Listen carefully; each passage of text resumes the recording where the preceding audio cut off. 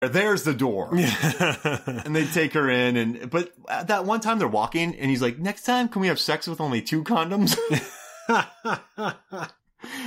It's just a weird, there's some weird lines in this movie. Supposedly that was the first thing they ever shot, that whole conversation between the actor and Heather Graham. I forget the actor's name, but he says in the commentary that they shot that and they were supposed to have like this whole history behind that scene, and they had just met each other. So it was like, kind of like, so if you watch it, it does kind of have a weird moment in it, but it works perfectly. Oh, the guy's name is Cole Suduth, and he was Slater. I'm sorry, Slater in the movie. Gotcha. Yeah, so they have that. But I like her weird accent. Yeah. And then the weird, like, stuff she does. Yeah, she starts out, like, I don't know what planet she's supposed to be from, but it's like, she has, like, I don't know what kind of accent, and then by the end of it, she's, like, Russian. And it's like, she's shooting people, and the guy does the ketchup gag against his chest. Yeah.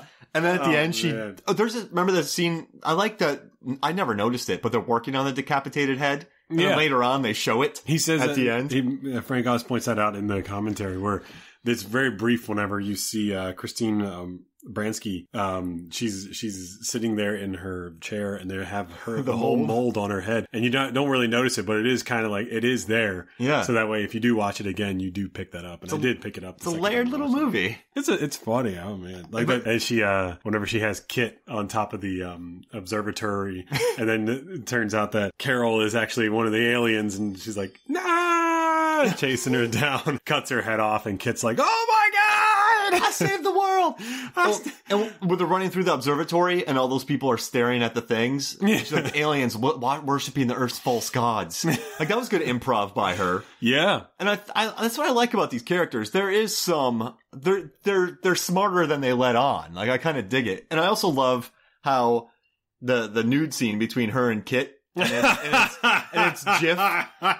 This is awesome. He's like, that was improv. Yeah, you're gonna be a star. This is great, man. And then when they sleep together in the van, he's like, just power and speed, man, power and speed. like, I don't even know what that really means for Jif to say. Oh, okay. The Jif audition scene when they're talking to him. I wanted to talk about that because that whole scene was almost all improv except for the questions were written out. So it was just Steve Martin and I forget the name of the other actor asking questions to Eddie Murphy, who has no idea what they're about to say, and he's saying his replies in the character of Jif. Oh gosh, do you work in the industry? Well, I do rent weekly, bi-weekly, and intermediately. Yeah, I'm pretty active at Blockbuster. And then they go, will you cut your hair? Well, it's better if someone else does it. And then when he says, will you show your butt on screen? He's like, oh.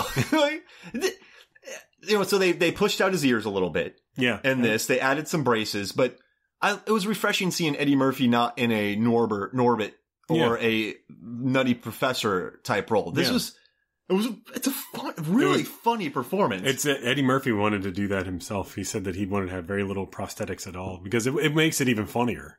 It really does. And then I guess it's not really quite a surprise when you find out that Jif and Kit are actually brothers, but it does kind of like add that, well, yeah, no shit kind of thing. Like, do you want to run errands? Well, yeah, that'd be a huge step up. I love that. And then they give him his outfit. He's like, oh, okay. I guess this is just how it happens. And I love the introduction to Eddie Murphy when they're saying like, oh, nice to meet you, Cliff. And he's like, yeah, his name is Cliff, and you push him off a cliff. He's like, it's too cerebral. It's too cerebral. We're making a movie, not a film. He's like, audience got to think about that. He's like, where's my Hasta La Vista? And I love how he says the Jackie Chan, the Van Damme. Like, I love his. Where's my Hasta La Vista? I'm 45 years old. Not the Jackie Chan, the Van. They can't even speak English. And he was, oh man, that was part of his improv. A lot of the lines were ad-libbed, especially his line that he says after that. He's like, you know what? Go on and give me a line. Go on and give me a role as a retarded slave. That way I can get my Oscar. Yeah, Sucky the Wonder Slave. And they kind of not ripped it off, but Tropic Thunder, like they never go full retard. Like, I mean, that's what Simple Jack was. Yeah, Simple Jack. I mean, that's what killed his career, which it is. It would do that because it did kill off a lot of people's careers when they did things like that. I Am Sam. I Am Sam was a rough movie to take down. If anyone out there has not seen this movie, it's very heartbreaking, but it is very, difficult to watch. I mean, that's just and Robert Downey Jr. was in Bowfinger too, making that comment. I wonder if he learned that from Bowfinger. He may have, or is written. Who knows? Maybe they. But I also love in the beginning when take a look at this script. I broke it down. The letter K is said 2,436 times. That's perfectly divisible by 3. That means we're saying KKK 437 times. And then everyone in the background just turns and gives the agent a dirty look. Yeah. He's like, can you believe yourself? And then he follows that up with probably the best improv line in that. He's like, well, it's not Shakespeare. Shakespeare. You saying Shakespeare? You saying I'm a spear chucker? Yeah. And then he pulls his gun out and shoots the drums, which I thought was so funny. But it's like, I thought that whole improv line was wow. I was totally blown away with that. And he says it to his lackey. He's like, you know what I'm getting at? I don't know, but I know I know where you're going. he's like, in his mind, you could tell that I forget the name of the actor, but he's a brilliant actor. Yeah, so funny. And he's so works so well with Eddie Murphy. And he's perfect. He's kind of like, I think you're insane for thinking this, but you are paying me, so I have to agree with you. I don't know where you're going, but I know where you're going. You could tell his face says, I don't believe anything you're saying, but I'm going to agree with it because I have to. Yeah, do the thing. Yeah. Oh yeah, I'm going to look good in that. I love that whenever they're driving down the road with the same actor. Yeah. And the Mr. Freeze in the back. He's like, yeah, I could go for a Mr. Freezy. Like, does anyone else want a Mr. Freezy? And he's like, no, I don't want no Mr. Freezy. And he's like, nah. Like, shit. Like, I want an ice cream. I love when, also too, the driver with Eddie Murphy, when Heather Graham's running after going, Keith. Yeah. And the kid goes, is your name Keith? He's like, no, but thanks for asking. There's some funny little side characters in this movie that I really jumps in the car with Heather Graham. He's like, I'm Keith. Yeah. And they're like, I saved the world. Also, that scene where he has the melting device, the actor that's playing the cop. Oh, yeah. He has the melting device. He's like, wah! He starts melting. He's like, holy shit, he's melting. And he recruits the cop to play that role. And the cop has the worst line delivery ever. You sucker. You better stop. Supposedly that line was, I mean, that character was created because of Dennis Farina, who was an actual cop in real life. And he supposedly, I haven't been able to confirm this, so I can't say this is a fact, but he went to go shut down a production because they didn't have permits. And they said, have you ever thought about being an actor? So they had him playing a cop. And then he actually really liked it. So he decided to be a cop. He started, I mean, if you remember Dennis Farina, he's still NYPD Blue. He was a cop in like everything. He's the police officer. He was right up there with, why his name escaped me right now. Jimmy Smith. Well, I mean, he wasn't a cop. Jimmy Smith wasn't a cop. I don't believe so. He was in NYPD Blue. But I mean, in real life. Oh, got it. The guy Dustin Hoffman. Not Dustin Hoffman. Kramer vs. Kramer. Meryl Streep. I'm just yelling out names. Brad Pitt. Timothy Oliphant. What's his name? The guy that was in Monk. Not Tony Shalhoub, but the guy, Ted Levine. Ted Levine. Jinx. Dad, damn it. Double touchback. Wait, what does that mean? Punch buggy. But yeah, his was the same thing. He was a police officer who profiled serial killers, which is why they wanted to use him as Buffalo Bill in Silence. Really? I read that online. I don't know if that's true or not, but that's what I read. That's interesting. He was a police officer. I mean, you could tell. He has one of the greatest lines, in my opinion, in the movie Wonderland, whenever they find fingerprints. You saw Wonderland, right? Which is about the murders of Wonderland, which was John Holmes whenever he supposedly killed Eddie Nash. Mm-mm. Oh, it's a beautiful movie, but I would love to review that one. Is that Kilmer? Yeah. Oh, I saw that then. That's a dynamite movie. But Ted Levine has a great line in that whenever they find John Holmes's fingerprints on the back of Eddie Nash's bedboard, and he says, well, how did his fingerprints get there? He goes, well, I was either fighting him or fucking him. Like, it's such a great line. He has the best voice. He really does. He sounds like a cop. He doesn't sound like he's putting on an act. I wish I made that Monk money. Ooh, yeah. I want to just be on I was talking to Megan the other day. I wish I would get on a show called, like, the Heart Attack Doctor. And it runs for 8 seasons. I'm a side character who works 2 days a week. And it makes 256 episodes, goes on to, syndication. Yeah, then you're set for the rest of your life. I wouldn't be one of those actors. I need my art to be fulfilled. Yeah. Like, no, man, I'm rich. Yeah, I work 2 days a week. Have you seen that stand-up special Chris Tucker did? That's exactly what he says. He's like, man, people ask me all the time, like, we haven't seen you. You didn't do anything between Rush Hour and Rush Hour 3. He's like, I made $70 million. I am not greedy. That's funny. It's a great line because it's like, well, yeah, I mean, you have more than enough money. Yeah.